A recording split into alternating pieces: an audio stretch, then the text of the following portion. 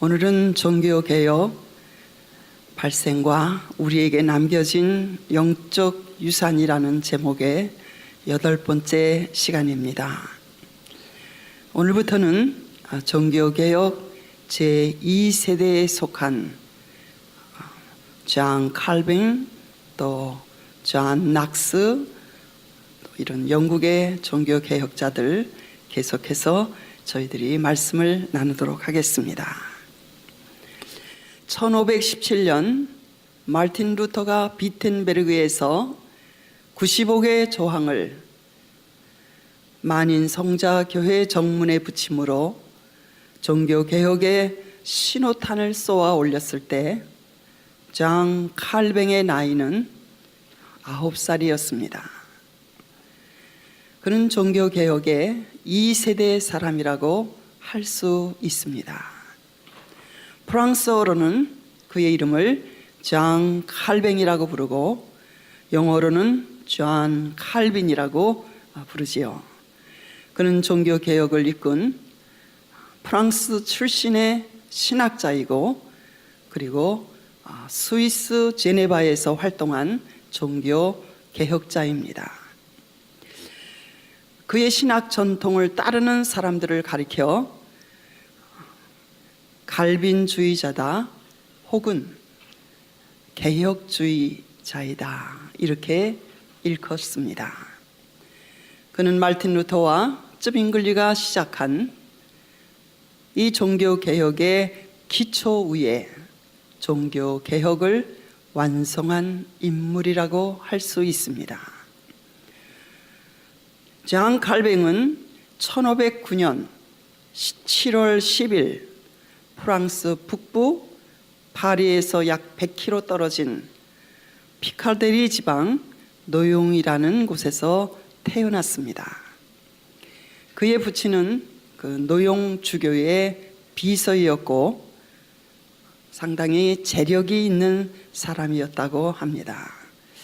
칼뱅은 일찍 어머니를 여의고 그리고 이웃 귀족의 집에서 교육을 받으면서 자라났습니다.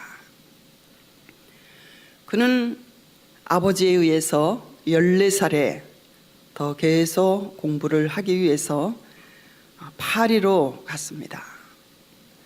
그가 파리에 도착하는 날 어거스틴 파의 수도사인 장 발리에르라는 사람이 이단으로 몰려 공개 화형을 당하는 장면을 목격했습니다. 그 이유는 그가 루터의 책을 가지고 있었고 그 루터의 책을 읽었다는 제목이었습니다. 그는 혀가 잘린 후에 화형을 당했습니다. 칼뱅은 이 참혹한 광경을 그가 파리에 도착한 날 직접 목격을 했지요. 존 칼뱅은 파리의 여러 대학에서 공부를 하였는데 수사학, 그리고 법학, 그리고 히브리어, 라틴어, 헬라어 이런 많은 학문을 파리에서 공부를 했습니다. 존 칼뱅은 어느 날 자기의 마음이 하나님에 의해서 갑자기 정복되었다고 그의 회심을 말하였습니다. 그때가 언제였는지는 모르지만 아마도 그의 나이가 20세에서 24세 그 안팎이 아니었나 이렇게 추정을 하고 있습니다. 그는 그가 쓴 시편 주석서에서 그 내용을 이렇게 밝히고 있습니다. 나는 너무나 완고하게 교황주의에 몸과 마음이 종속되어 있었기 때문에 그 깊은 수렁에서 나오기란 전혀 불가능한 상태였습니다. 그러나 하나님께서는 갑자기 회심을 통하여 마음에 완악하기로는 누구보다도 더 강하였던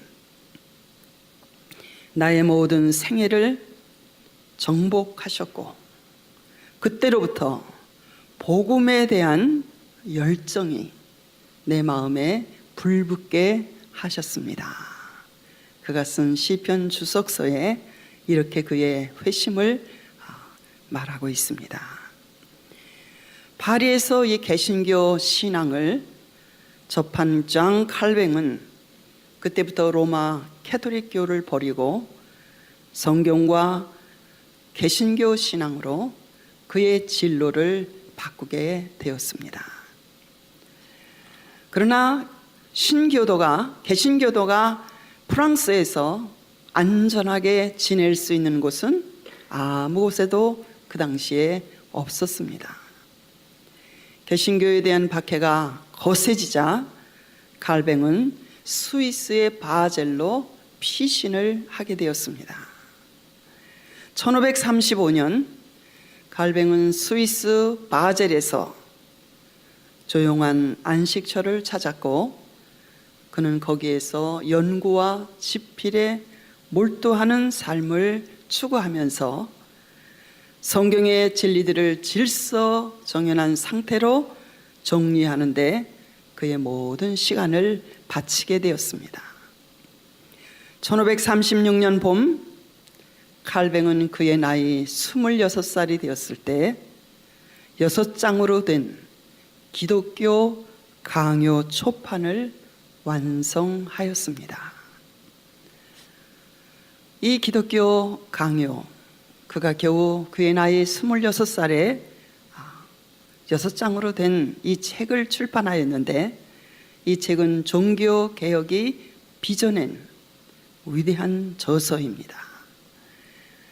그는 복음주의 진리에 개신교 신앙의 교의가 무엇인지를 이 책을 통하여 매우 간결하면서도 논리적이고 잘 정돈된 상태로 설명을 하고 있고, 이 책을 통하여 순식간에 칼뱅은 유럽 전역에서 유명한 학자로 알려지게 되었습니다. 칼뱅은 하나님의 절대 주권에 대한 수빙글리의 사상을 정리했고, 그리고 그의 평생 동안 이 기독교 강요를 개정하고 중보하는 일에 심혈을 기울였습니다.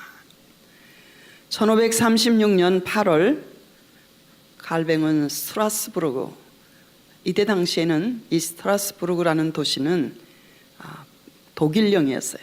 그런데 지금은 프랑스령입니다. 우리가 잘 아는 대로 EU의 국회의사당이 이 스트라스부르크에 있어요. 불란서와 독일의 국경 지대에 있습니다. 그곳으로 가는 길에 스위스 제네바를 잠깐 들리게 되었습니다. 스위스의 제네바는 프랑스어를 같이 쓰는 그런 불어권에 속한 도시이죠. 그것은 아름다운 제네바 호수가 있고, 이탈리아, 독일, 이렇게 프랑스를 이어주는 산업 무역로가 알프스 산맥을 통해서 이어져 있는 아름다운 도시입니다. 제네바에는 이미 프랑스의 복음주의 선교사 기욤 파렐이라는 선교사가 1532년에 도착해서 열성적으로 종교 개혁을 추진하고 있었습니다. 바렐은 제네바에 들려서 이제 하룻밤을 지내고 떠나려고 하는 이 칼뱅이 제네바에 왔다는 소식을 듣고, 이미 그는 기독교 강요를 통해서 유럽 전역에 잘 알려진 학자였기 때문에 그를 찾아와서 이곳에 머물면서 개신교 교회를 같이 설립하자고 강권을 했습니다. 그러나 칼뱅은 스트라스부르크로 가려고 작정하였기 때문에 단호하게 거절을 했지만, 그의 간곡한 청을 듣고 그 청을 하나님의 음성으로 깨닫게 되어 그의 청을 수락하게 되었습니다. 그때부터 칼뱅은 제네바에서 이 파렐의 동역자로, 협력자로 이 일을 시작했습니다. 제네바 시의회는 그에게 성서 교수라는 직함을 수여했고, 칼뱅은 그때부터 종교 개혁 원칙을 바탕으로 제네바 도시를 정비하기 시작했습니다. 지금은 너무나도 세계에서 어쩌면 가장 아름다운 도시, 깨끗한 도시로 알려진 제네바이지만 당시 제네바는 그렇지 아니했습니다. 자주 폭동이 일어났고 유혈 참극이 빈번했고 도덕과 시민들의 예의 상태, 사회 질서 잘 지켜지지 않는 아주 무질서한 그러한 도시였습니다. 제네바는 가톨릭 신자들이 대부분이었지만 이 파렐의 선교로 말미암아 날마다 그들을 설득함에 점차 제네바 시민들이 이 개혁을 지지하게 되었습니다. 1536년 시민 집회는 투표로 개혁을 지지했고, 그리고 신교, 개신교를 공식 종교로 이 제네바 시가 받아들이게 되었습니다. 칼뱅은 이곳에서 교리 문답서를 작성했습니다. 그 이유는 시민들이 진정으로 기독교 신앙을, 개신교의 신앙을 받아들이고 그리고 실천할 수 있도록 하기 위해서였습니다. 그래서 칼뱅은 이 법을 공정하고 엄격하게 시행을 해서 6개월 만에 제네바시의 질서를 잡아갔지만 칼뱅이 제시하는 그 규율이 너무나 생각보다 엄격했습니다. 그러자 반대파들이 자신들의 자유가 제한되는 것을 싫어하는 시민들과 연합해서 칼뱅에게 등을 돌리게 만들었고, 그래서 마침내 제네바에서 당장 떠나라고 그렇게 명령을 하였습니다. 개혁을 꿈꾸었던 제네바에서의 그의 활동은 2년이 채 못 되어 완전히 패배로 끝나 버렸습니다.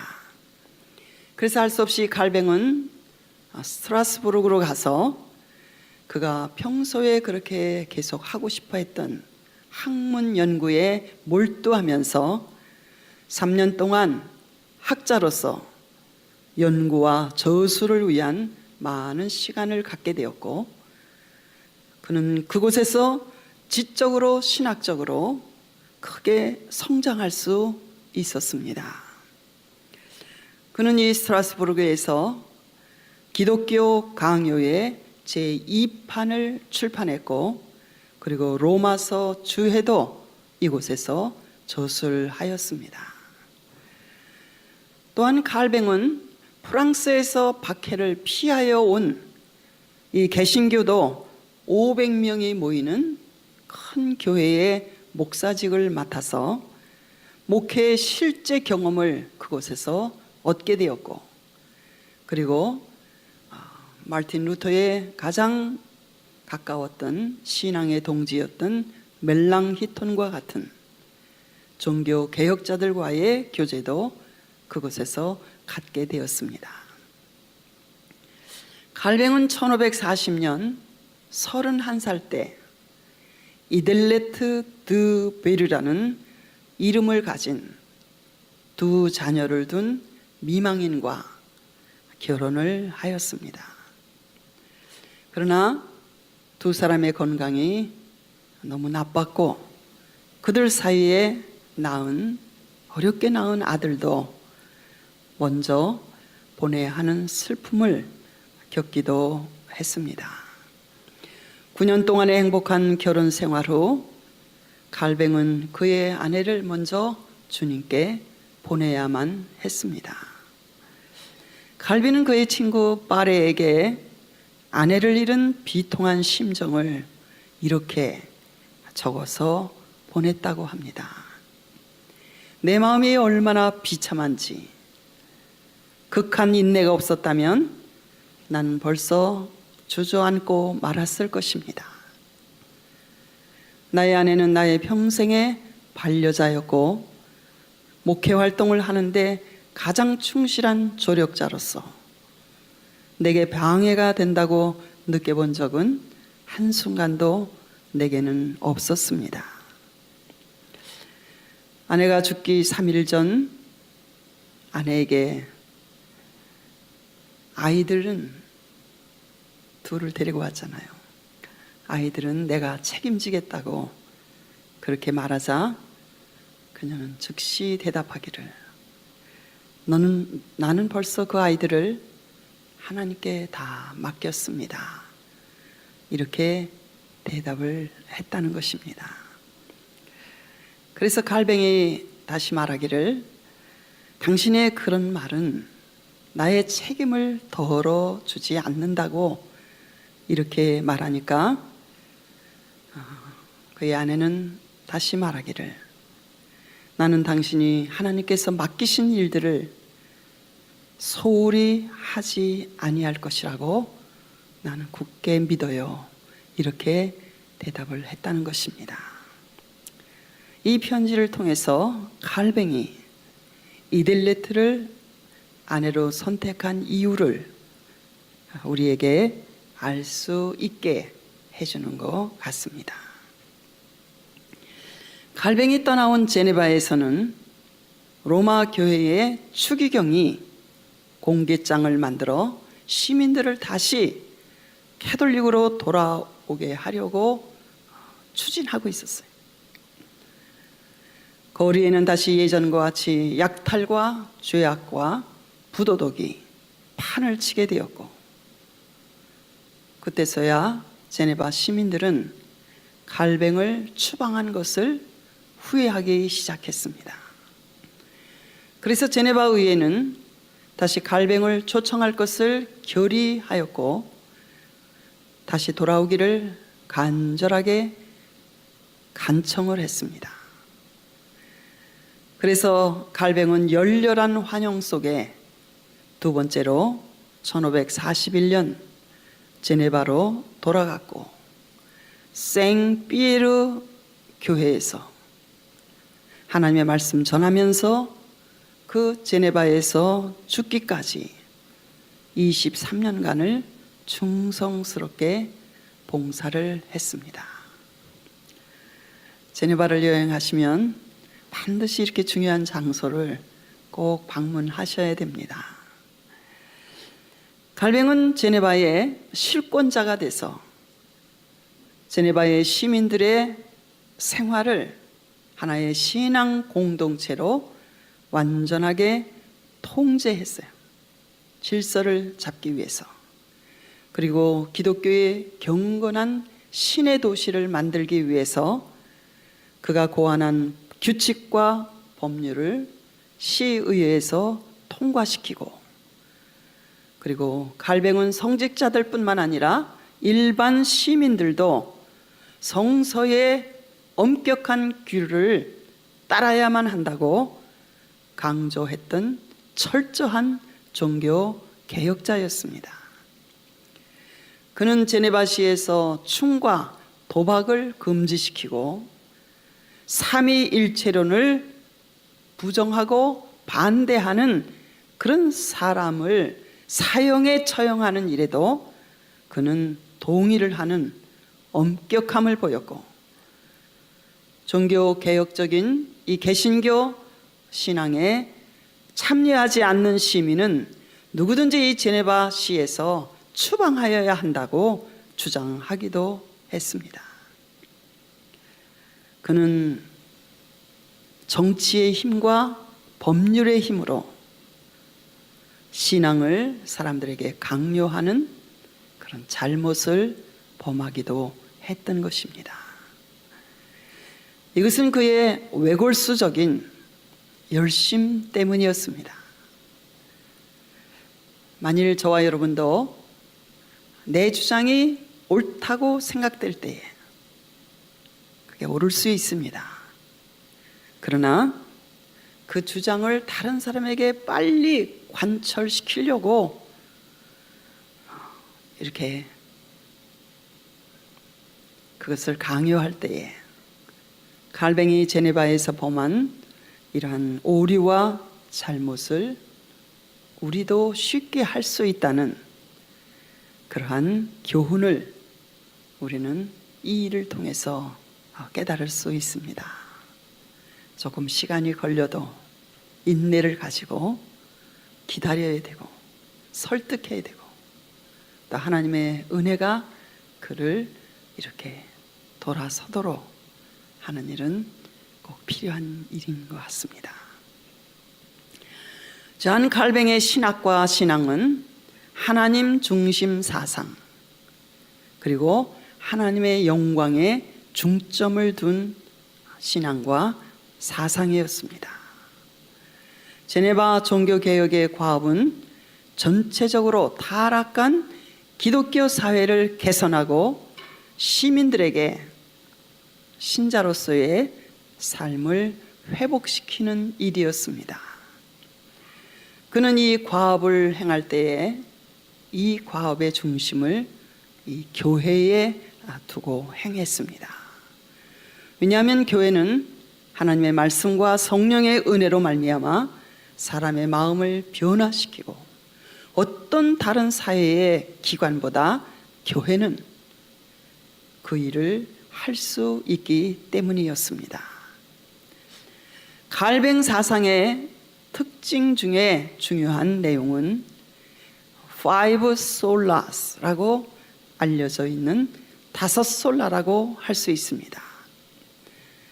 첫째가 오직 성경으로만 솔라 스크립추라, 두 번째는 오직 그리스도로만 솔라 크리스토스, 세 번째는 오직 은혜로만 솔라 그레티아, 네 번째는 오직 믿음으로만 솔라 피데, 다섯 번째는 오직 하나님께만 영광을 솔라 데오 글로리아. 이것이 갈뱅 사상의 또 종교 개혁자들의 그 사상의 특징입니다. 또 존 칼뱅의 신학 사상의 중심은 우리가 잘 아는 대로 하나님의 절대 주권과 예정설입니다. 이 칼뱅주의의 이 5대 강령을 앞에 있는 글자를 따서 튤립 교리라고 말하기도 합니다. 인간의 완전한 타락,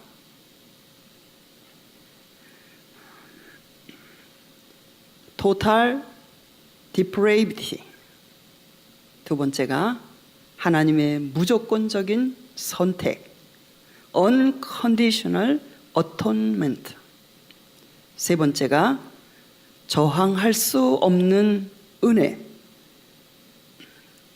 irresistible grace, 그리고 성도의 견인, perseverance of saints. 이것이 존 칼뱅의 그 신학 사상의 핵심이라고 할 수 있습니다.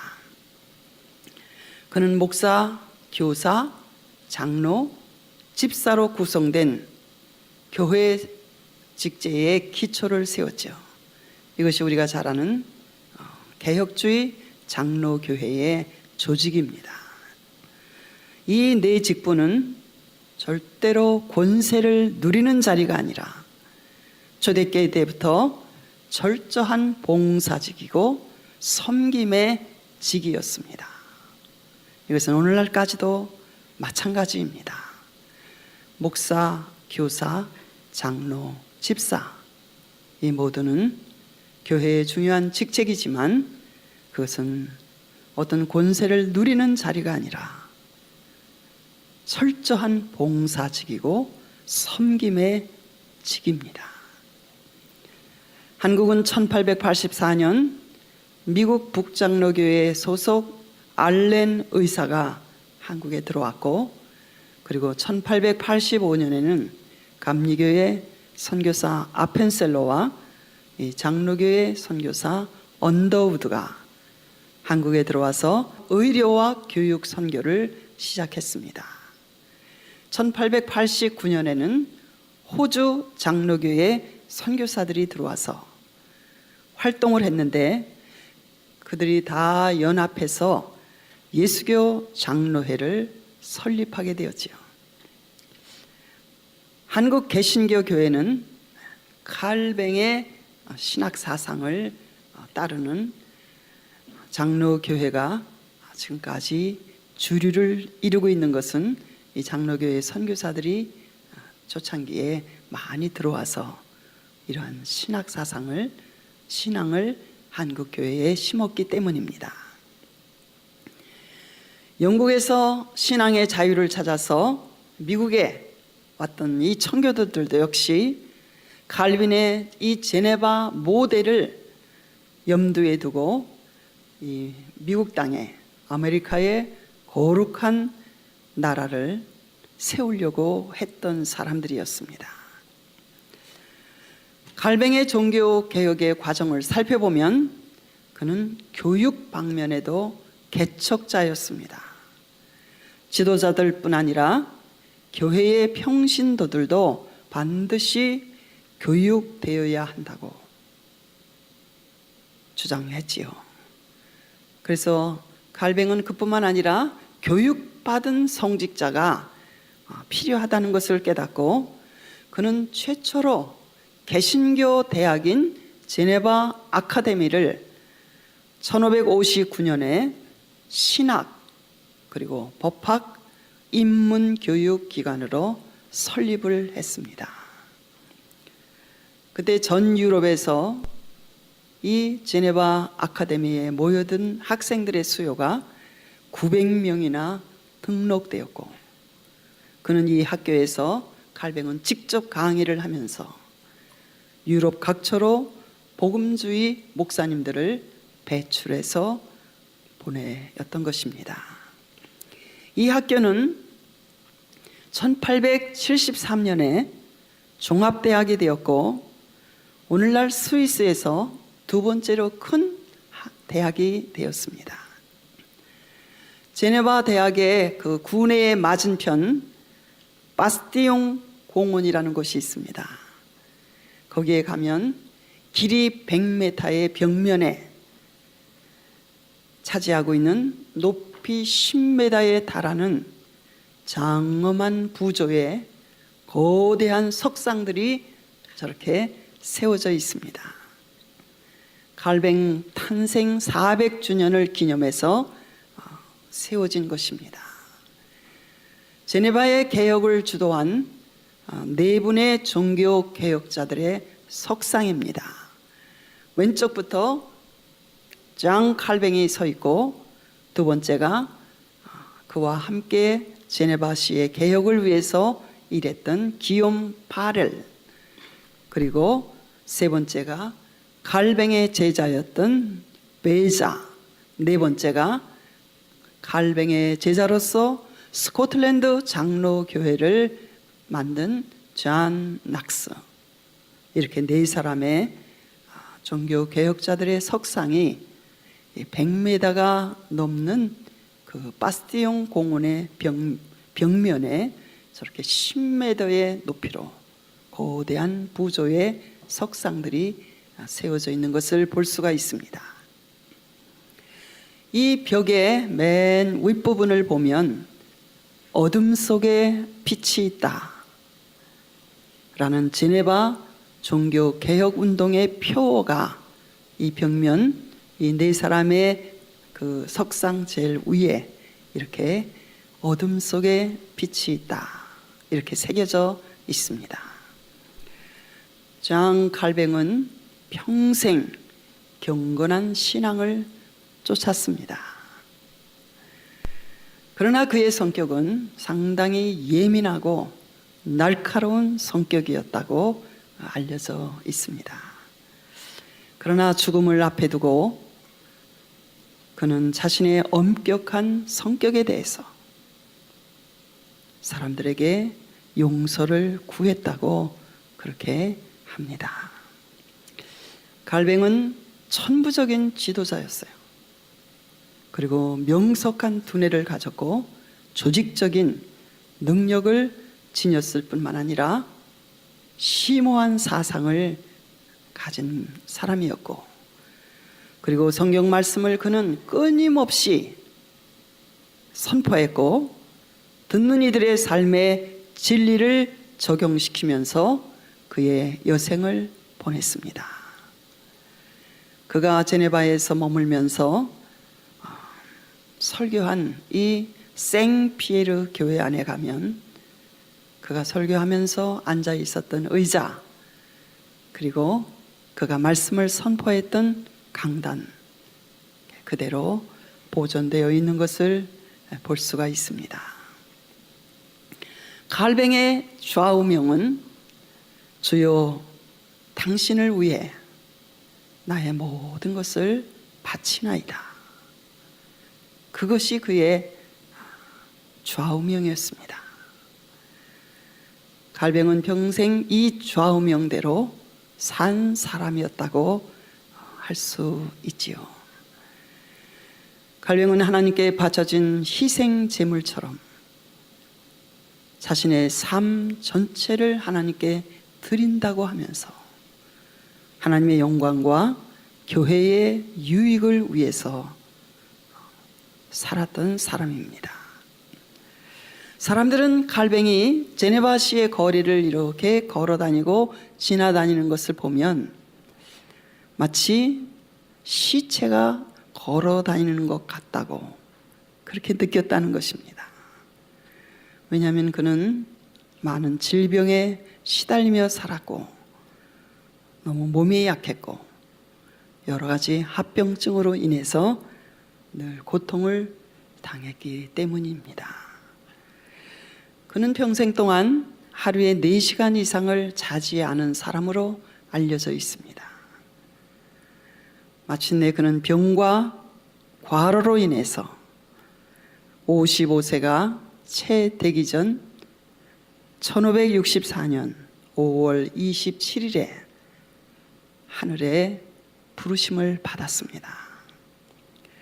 그가 죽을 때 남겼던 유언은 신앙의 동지들에게 계속해서 이 개혁을 굳건히 수행해 달라고 당부하고, 자신이 죽으면 자신의 시체를 공동묘지에 묻고 무덤에는 이런 비석도 세우지 말아서 나의 무덤이라는 흔적을 남기지 말라고 유언을 하였다고 합니다.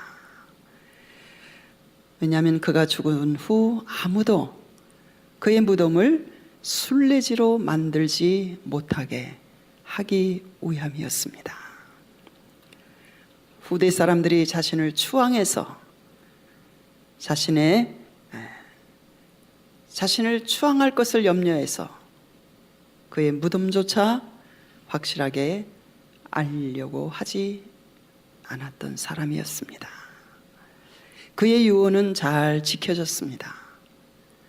그래서 제네바 시내의 공동묘지에 있는 그의 너무나 평범한 무덤이 이제 그의 이름을 알려주는 장 칼뱅이라는 첫째 글자 JC, 이렇게 2글자만 이렇게 작은 표지에 세워져 있는 것을 볼 수가 있습니다. 개혁된 교회는 항상 개혁되어야 한다. 이것이 장 칼뱅의 말입니다. 종교개혁을 위한 그의 순수함, 날마다 개혁되어지는 그러한 삶을 살아야 한다는 그의 목소리 속에 우리가 깨달아야 할 가르침이 그 안에 있습니다. 매일 개혁되는 삶.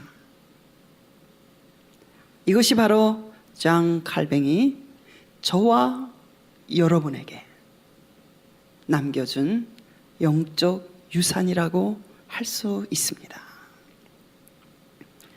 저는 오늘 좀 남은 시간에 이 장 칼뱅의 신앙과 사상을 따르는 불란서의 개신교들, 그들의 이름을 위그노라고 불렀는데 그들에 대해서 조금 더 소개를 드리고 오늘 시간을 마치려고 합니다. 위그노라는 말은 동맹자라는 뜻인데 이 프랑스의 장 칼뱅주의의 개신교 신자들에 대한 칭호입니다. 이 칭호는 원래 개신교 성도들을 핍박하는 사람들이 사용한 명칭이었어요. 위그노. 그들은 칼뱅의 개혁 사상에 자극을 받아서 칼뱅의 사상을 적극 수용한 사람들이었습니다. 그래서 그들은 교황 중심의 캐톨릭 교회를 거부하고 감시 속에서도 늘 비밀 집회로 모여서 예배를 드렸습니다. 프랑스와 1세라는 그 불란서의 왕은 그의 통치 기간 동안 이 위그노들을 아주 관대하게 다루었어요. 직접적인 핍박을 하지 않았습니다. 1555년에는 5개밖에 안 됐던 이 신앙 공동체, 위그노 공동체가 4년 뒤에는 100여 개로 급증했고, 그리고 1562년에는 2150개의 교회 공동체로 이렇게 불어났습니다. 7년 동안에 기하급수적으로 신앙 공동체가 이렇게 불어난 것이지요. 그들은 1559년 파리에서 전국 대회를 개최하고 개신교 프랑스 신앙 고백을 채택하였습니다. 그러나 프로테스탄트 순환의 역사 중에 이 프랑스의 위그노들만큼 혹독한 순환을 겪은, 종교개혁 당시에 고난을 겪은 그런 나라는 아마 다시 없을 것입니다. 그런 의문이 들도록 이 위그노들은 많은 박해를 받았습니다. 프랑스의 로마 캐톨릭 주의자인 기즈라는 아주 유명한 가문의 사람이 있었는데, 그와 프랑스와 1세를 계승해서 왕위에 오른 프랑스와 2세가 이렇게 합작해서 위그노들을 학살하였습니다. 1572년 8월 24일은 예수님의 12제자 중에 한 분이었던 바돌로메오의 축일이었어요. 그날 기독교 개혁 역사에 있어서 성 바돌로메오 축일의 학살이라고 일컫는 유명한 사건이 그날 일어났습니다. 이날 교회에 모여서 예배를 드리던 이 위그노들은 기즈 가문이 무력으로 학살하는 그러한 만행을 저질렀습니다. 이날 하루에만 1000여 명이 넘는 사람들이 학살을 당해서 그들의 시체를 세느강에 던져서 강물이 아니라 피로 물든 시체로 덮여진 그런 세느강이 되었었다고 합니다.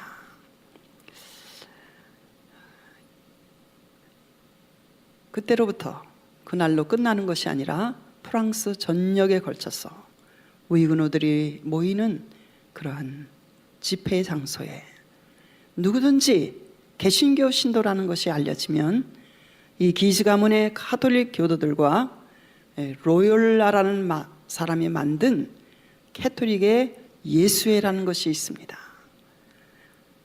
그들 소속의 성직자들이 이 학살에 앞장을 섰습니다.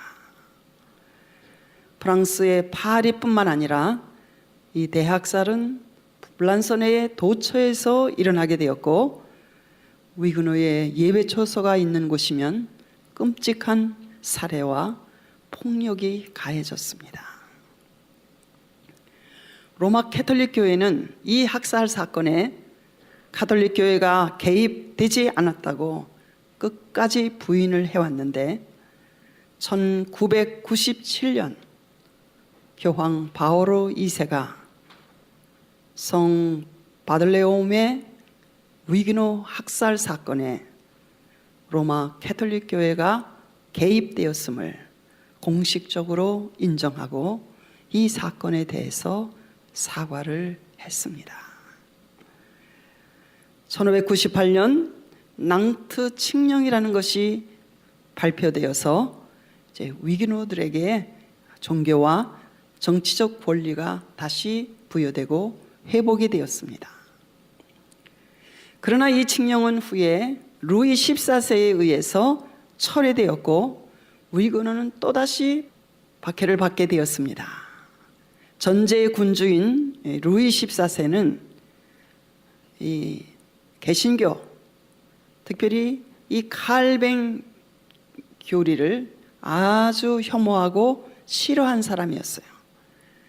그래서 낭트 칙령을 철회시키고 새로운 박해를 시작하여 개혁교도 수천 명이 다시 감옥으로 투옥되고 날마다 거리에서 화형을 당하게 되었어요. 위그노 교회에 속한 사람들은 어떤 사람들이었느냐면 대부분 상류 사회의 귀족계층, 지식계층, 그리고 경제적으로 성공한 사람들, 그리고 장인들, 일반 농민들에 이르기까지 사회 각계각층의 사람들이 이 위그노에 속했기 때문에 그들의 영향력이 컸습니다. 그들은 교회의 규율과 가르침을 엄격하게 지켰던 이 칼뱅의 교리를 따르는 그러한 사회의 모범이 되는 사람들이었습니다. 이때 이 박해를 피해서 30만 명이 넘는 위그노들이 네덜란드와 스위스, 독일, 영국, 미국으로 망명길에 오르게 되었죠. 그때부터 프랑스 경제는 몰락하기 시작했습니다. 이 사람들이 다 빠져나가니까. 이것이 바로 프랑스 대혁명이 일어나게 되는 원인을 가져오게 되었다고. 프랑스의 신학자인 세미얼 무르는 만일 블란서에서 이 종교 개혁을 탄압하지만 않았다면 프랑스는 아주 확실한 개신교 국가가 되었을 것이라고 말하였습니다. 지금 프랑스는 개신교 교인들이 얼마 안 돼요. 캐톨릭 국가로 그때부터 완전히 되었죠. 1802년에서야 위그노 개신교들은 프랑스 정부의 인정을 받게 되었고, 1907년에는 공식적인 프랑스 개혁교회로 위상을 확립하였습니다. 그러나 많은 사람들이 나라를 떠났죠. 1520년부터 1562년 사이 종교개혁의 시대의 교회는 이렇게 말할 수 없는 고통의 기간을 겪었습니다. 지금 저와 여러분은 얼마나 편안하게 신앙생활을 하고 있나요? 이런 개신교 신앙이 저와 여러분들에게 오게 되기까지는 이런 많은 고난과 박해와 순환과 피 흘림의 역사가 있었다는 것을 우리는 잊어서는 안 될 것입니다.